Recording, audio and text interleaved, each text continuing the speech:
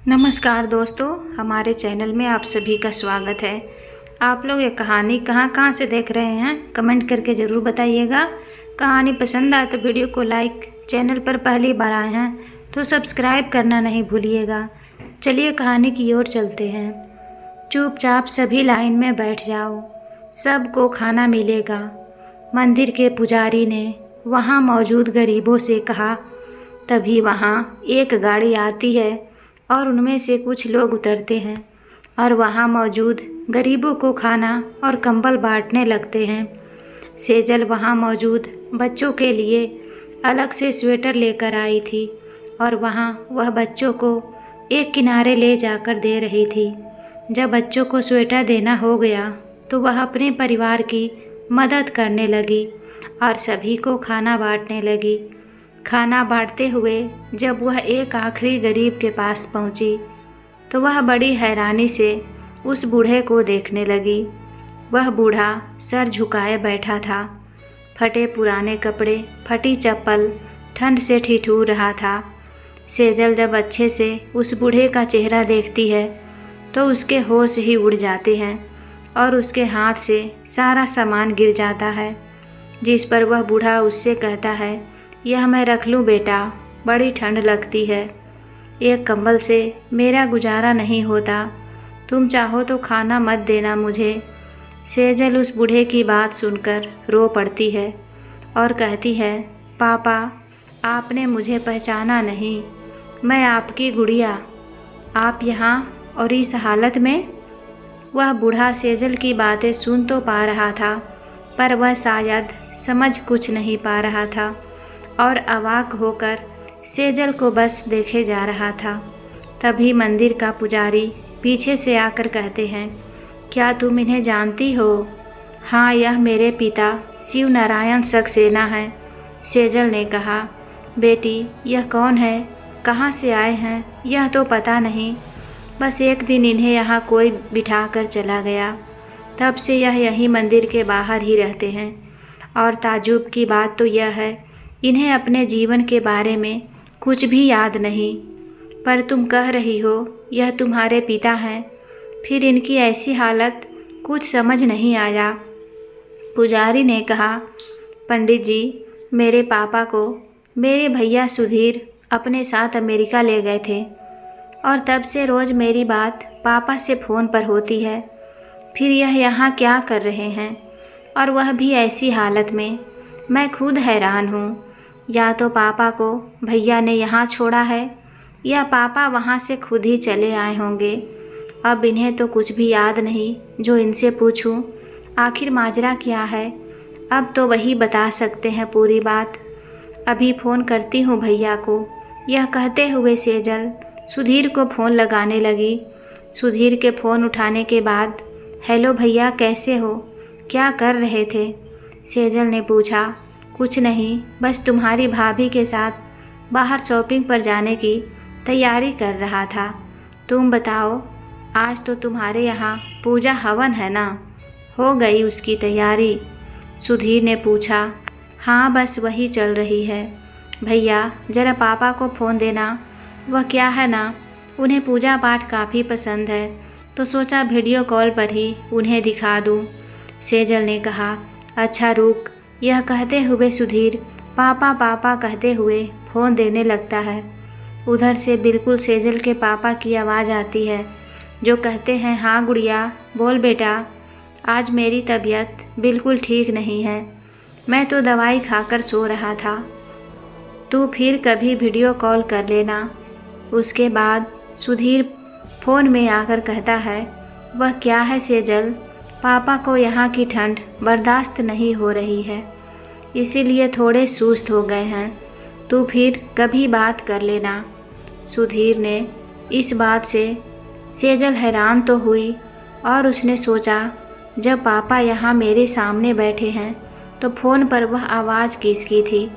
फिर उसे याद आया कि जब से भैया विदेश गए हैं तब से वह कभी भी वीडियो कॉल नहीं करता, बस बातें करके फ़ोन रख देता है।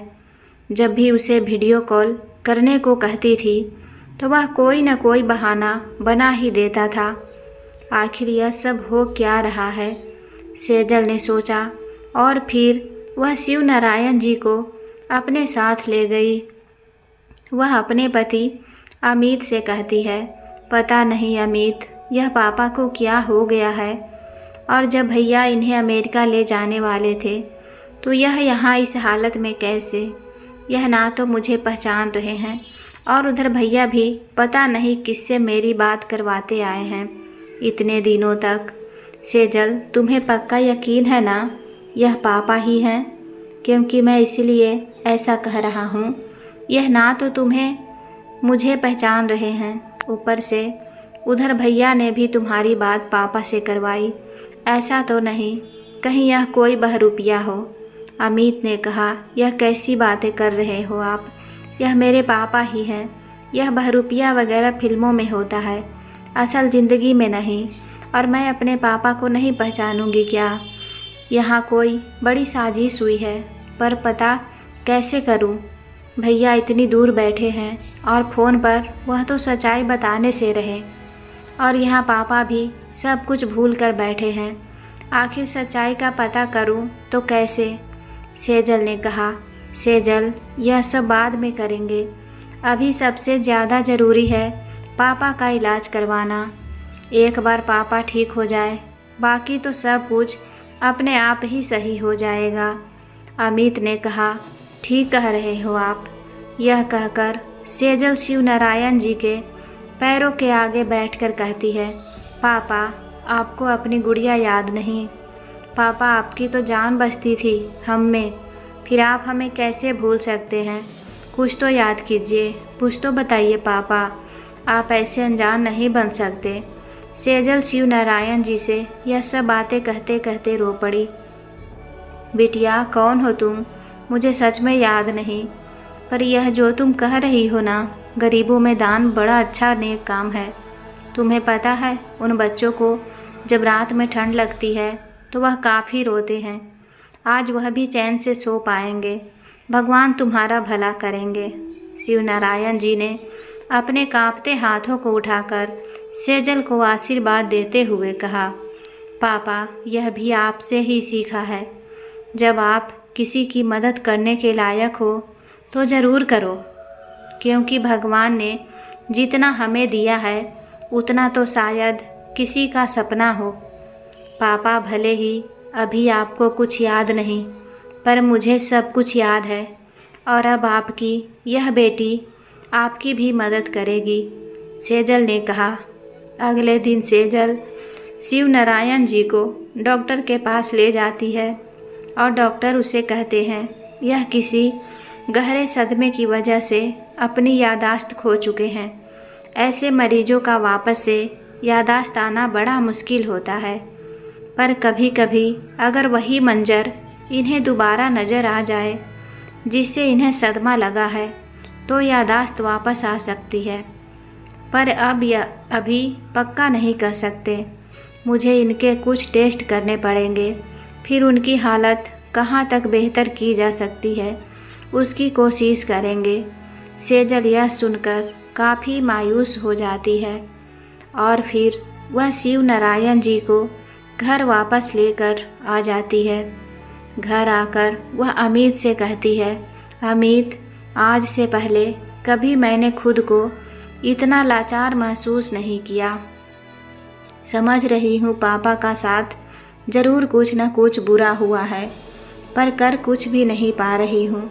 क्या करूँ जो पापा ठीक हो जाए और मुझे सब कुछ पता चल जाए। देखो सेजल, डॉक्टर के कहे मुताबिक पापा को वापस से वही मंजर याद दिलाने से ही उनकी यादाश्त वापस आएगी। पर जब हमें पता ही नहीं होगा कि पापा को सदमा कौन सी बात पर लगा है, हम वह मंजर उन्हें कैसे दिखा सकते हैं। अब तो एक ही रास्ता है, हमें सब कुछ अब बस सुधीर भैया ही बता सकते हैं, अमित ने कहा।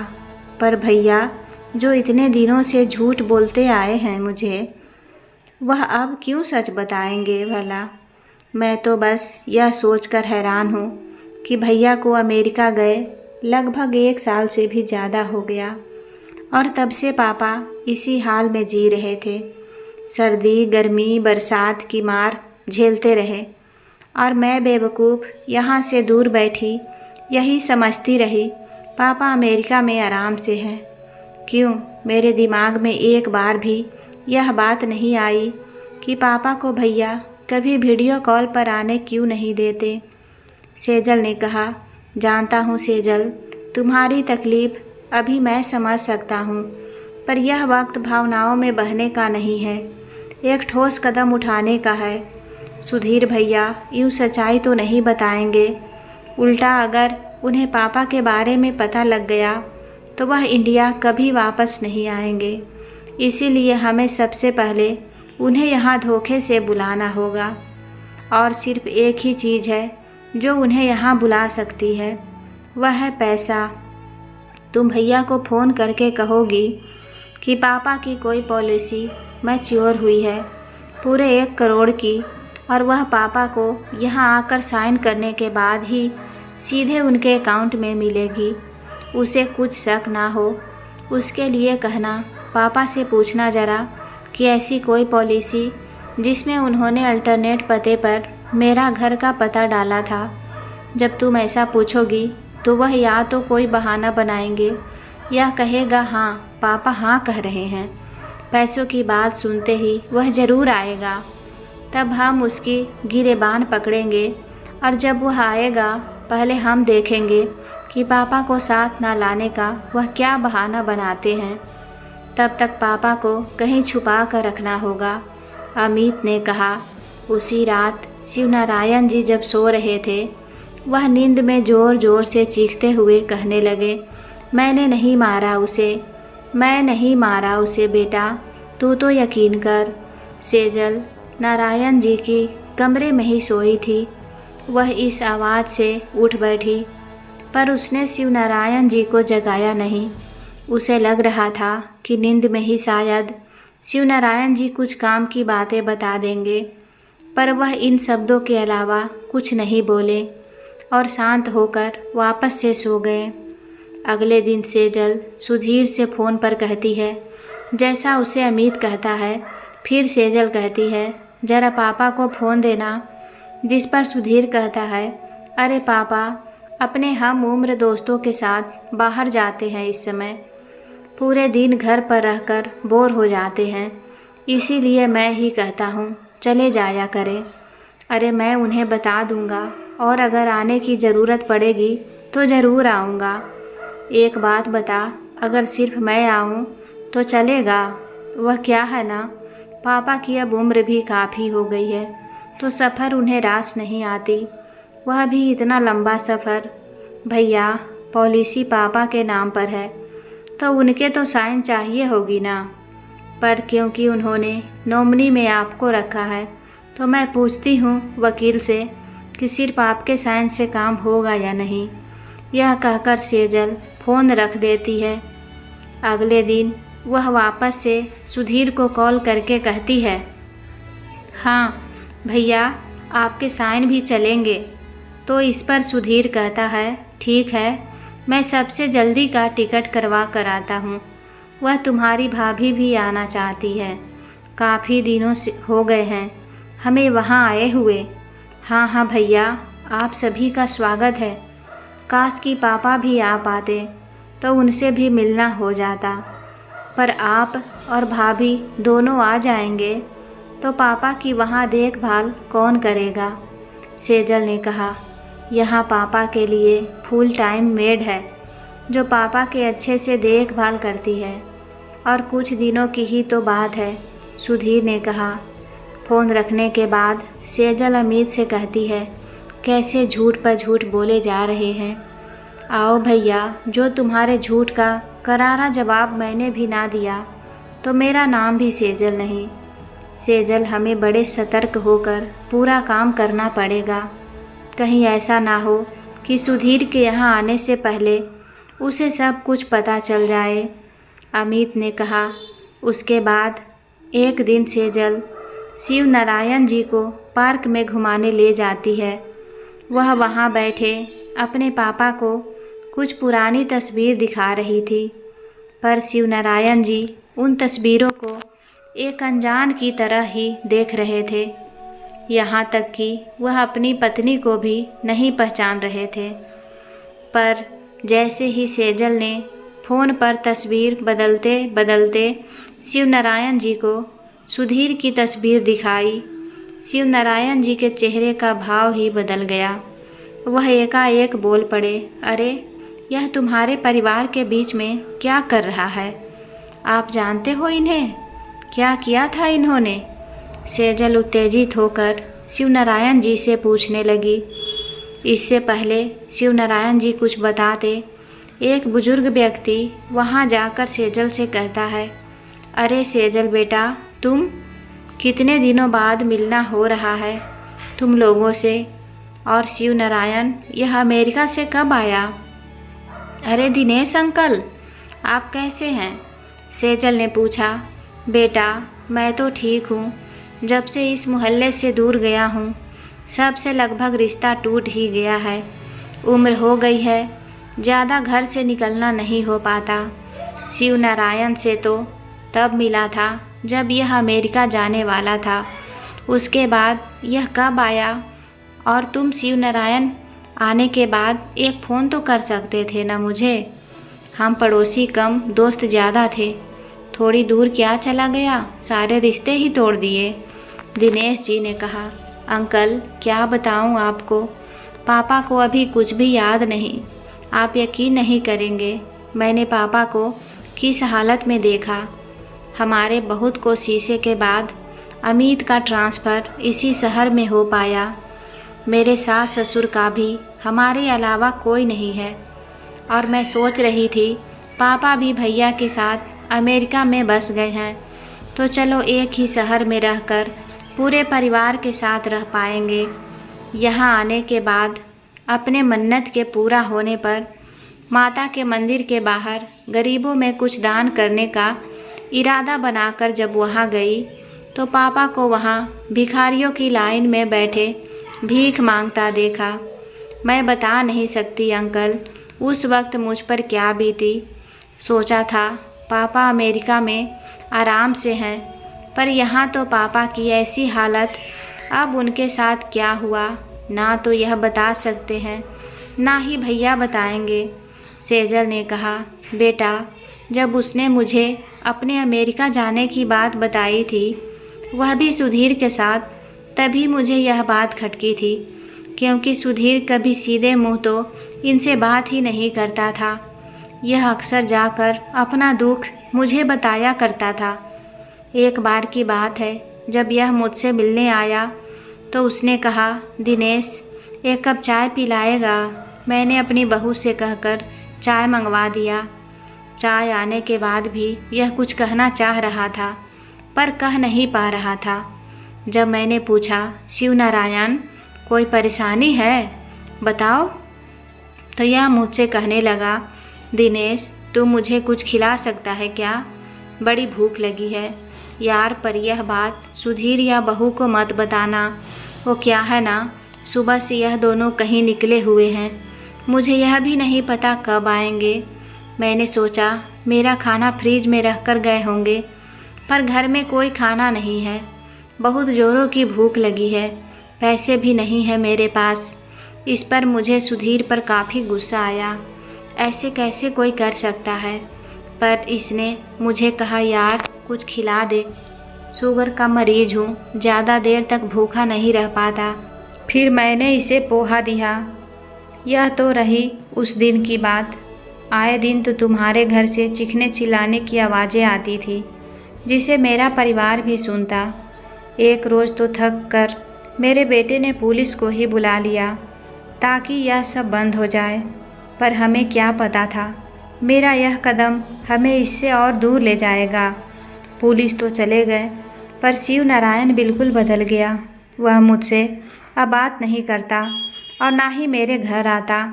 फिर एक दिन यह अचानक आकर कहता है, मैं अपने बेटे के साथ अमेरिका जा रहा हूँ। अरे मैंने ही गलत समझ लिया था अपने बेटे को। चल यार चलता हूँ, फिर पता नहीं कब मिलना हो पाए तुमसे। तो हमें लगा चलो ठीक है, जो इसका सब कुछ सही हो गया। और इन लोगों को मैंने अपनी आँखों से घर को ताला लगाकर निकलते हुए देखा। फिर कुछ दिनों बाद हम भी अपने नए घर में शिफ्ट हो गए। फिर सीधा आज मिल रहा हूँ।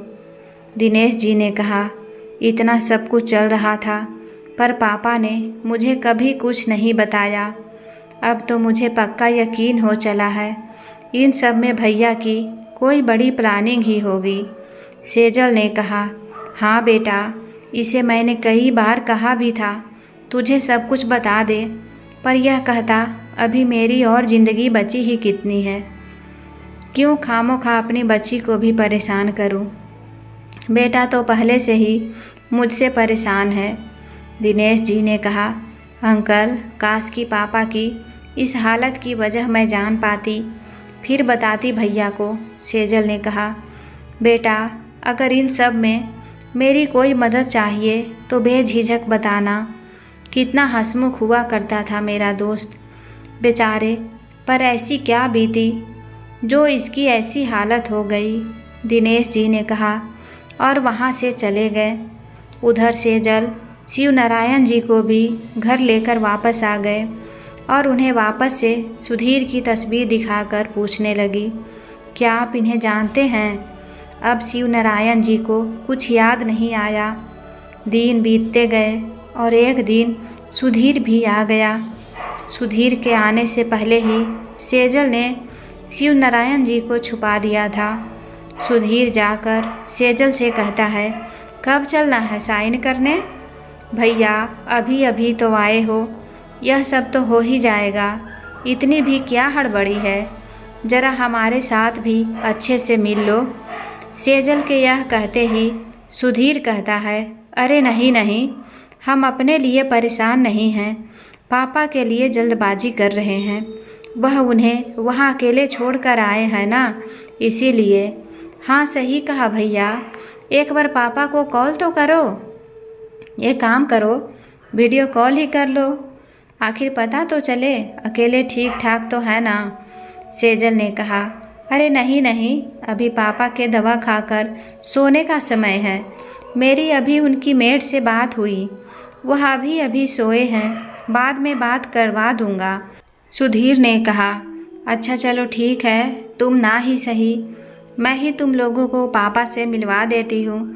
सेजल के ऐसा कहते ही अमित पीछे से शिव नारायण जी को लेकर अंदर आ जाता है, जिसे देखकर सुधीर और उसकी पत्नी ममता की आंखें फटी की फटी रह जाती है।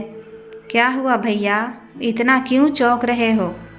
तुम लोगों को क्या लगा कि इतना बड़ा कांड करके तुम लोग बच जाओगे? अरे पॉलिसी तो बस बहाना था तुम लोगों को यहाँ बुलाने की। असल में तो तुम लोगों की पूरी सच्चाई पापा ने मुझे पहले ही बता दी थी। अब तुम लोग अमेरिका नहीं जेल जाओगे। सेजल ने कहा, क्या पापा ने बताई है? पर इनकी तो याददाश्त ही चली गई थी, फिर इन्होंने कैसे बताया? सुधीर ने घबराहट में कह दिया, अरे वह तो सब पता है तुम्हें। चलो अच्छा हुआ, अब पापा के साथ क्या हुआ और उनकी ऐसी हालत कैसे हुई अब तुम मुझे बताओगे, वरना कुछ ऐसे सबूत हैं मेरे पास जिससे तुम्हारा वापस अमेरिका लौटना सपना बन जाएगा। और अगर अपना पूरा सच बता दोगे तो शायद मुझे तुम पर तरस आ जाए और मैं तुम्हें माफ़ कर दूं। सेजल ने कहा, वह क्या है ना सेजल, पापा की बढ़ती उम्र हम पर बोझ बन गई थी। हम उनसे पीछा छुड़ाना चाहते थे, इसीलिए हम उस घर को बेचकर हमेशा के लिए अमेरिका जाना चाहते थे। पर पता नहीं पापा को यह बात कैसे पता चल गई और वह इस घर को बेचना ही नहीं चाहते थे। वह तो सोच रहे थे अमेरिका वह हमारे साथ रहने जाएंगे, तो हमने सीधी उंगली से घी ना निकालते देख उंगली टेढ़ी करने की सोची। ममता ने एक आइडिया बनाया जिसमें ममता चाकू लेकर पापा के सामने आकर कहती है, पापा जी, जो आपने कागजात पर साइन नहीं किया तो मैं अपने हाथ के नसें काट कर अपनी जान दे दूँगी। मैं भी नाटक कर उसे ऐसा करने से रोकने लगा। पापा को लगा कि ममता सच में ऐसा करेगी तो वह बुरी तरह घबराकर उन कागजात पर साइन कर देते हैं, जिसके बाद भी ममता चाकू को ऐसे अपने हाथों पर चलाती है जिससे पहले से फीट किया हुआ नकली खून का पैकेट फट जाता है और वह गिरकर मर जाने का नाटक करने लगती है। दरअसल यह इसलिए किया क्योंकि हमें पापा को अपने साथ न ले जाना पड़े। पापा ममता के नकली खून को असली खून समझ बैठे और सदमे में बेहोश हो गए।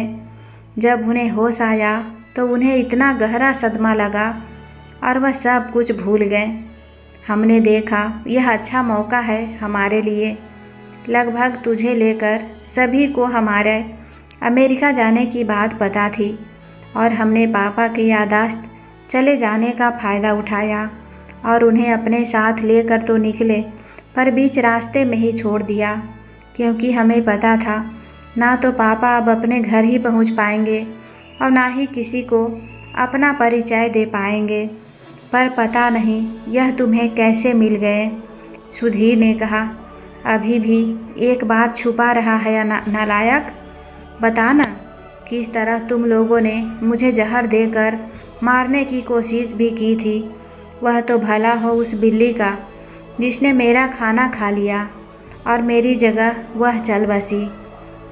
वहाँ खड़े शिव नारायण जी भी अचानक से बोल पड़े, आपको सब याद आ गया पापा?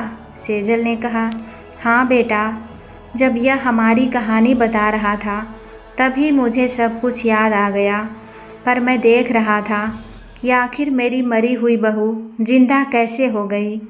शिव नारायण जी ने कहा, भैया इतना कुछ करते रहे, जरा सा भी शर्म नहीं आई तुम्हें?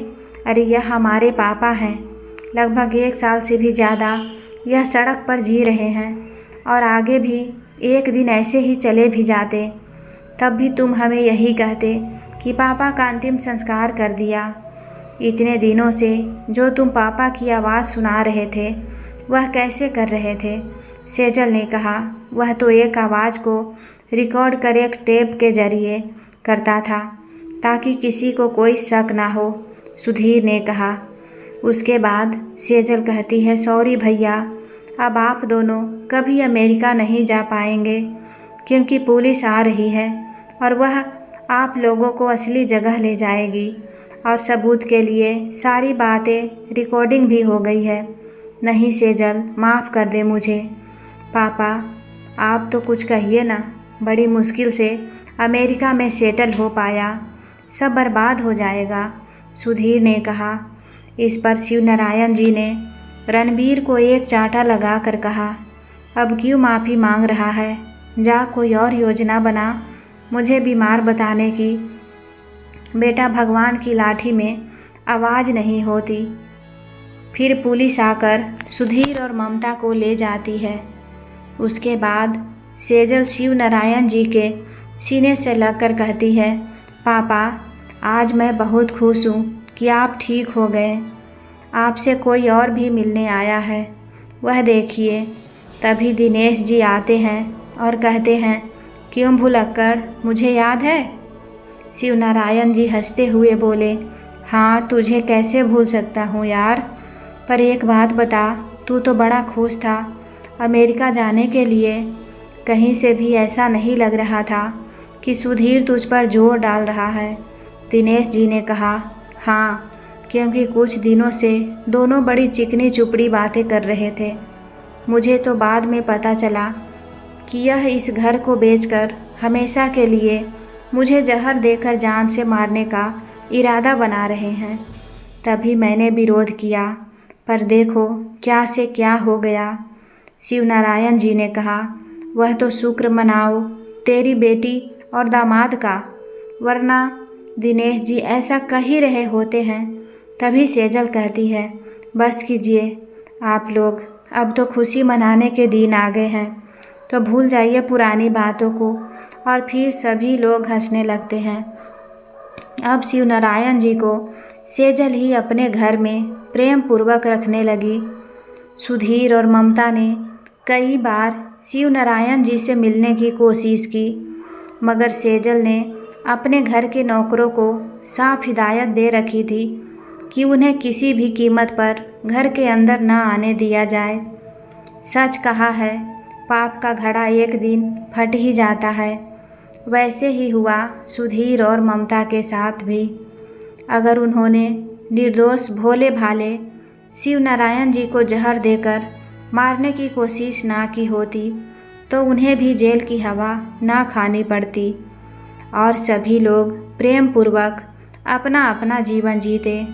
भगवान ने हम मनुष्यों को अपने कर्म करने के लिए जन्म दिया है, लेकिन कभी कभी मनुष्य में बदले की भावना इतनी प्रबल हो जाती है कि उसे कहाँ ले जाकर डुबो देती है, पता ही नहीं चल पाता। इसीलिए हमेशा अच्छे कर्म ही करने चाहिए।